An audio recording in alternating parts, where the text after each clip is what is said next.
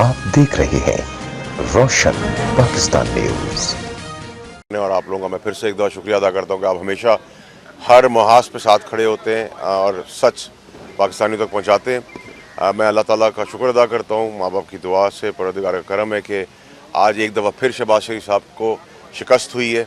हक़ और सच की जंग में हमारी जीत हुई है।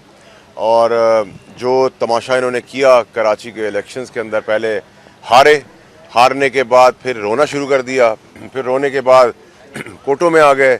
और मैंने तो फ्लोर ऑफ द हाउस पे कहा था शहबाज शरीफ साहब को कि आप तो अपने आप में एक लीडर हैं, मैं तो कारकुन हूँ अपनी पार्टी का, तो मैं आपको ये चैलेंज देता हूँ असेंबली के फ्लोर पे कि आएँ आप मेरे सामने खड़े हों और ये फैसला करें कि इस सीट के ऊपर जीत और हार के बाद आप अपनी शक्ल नहीं दिखाएंगे, या तो फिर आप कबूल करें।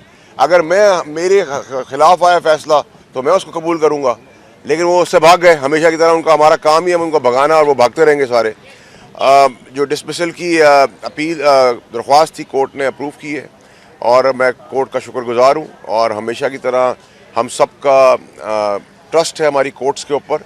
हम अपने आदे अदलिया की इज़्ज़त करते हैं, एहतराम करते हैं उनके सारे फैसलों का। और मलिक शहजाद साहब का भी रिकाउंटिंग का ऑर्डर आया। मलिक साहब को मैंने कहा है कि उनके साथ भी सब कौम की दुआएं हैं, हम साथ खड़े हैं, उनके पीछे खड़े हैं, और जो अदलिया का फ़ैसला होगा वो हम सर आँखों पर हमेशा उसको एक्सेप्ट करेंगे। बाकी मैं आप सबका शुक्रिया अदा करता हूँ।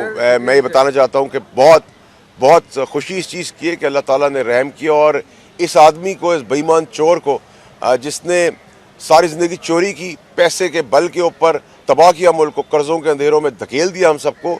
और उसके बाद बेशर्मी की हद ये थी कि ये कोर्टों में भी आके खड़े होते हैं और कोर्ट में भी गलत बयानी, fraudulent affidavits, fraudulent applications submit कराई, जिसका कोर्ट ने नोटिस लिया। मेरे ख्याल से डिटेल ऑर्डर जैसे ही आएगा वो भी आप मुझसे पहले आपके पास आ जाएगा, वो भी चीज़ें शेयर करेंगे।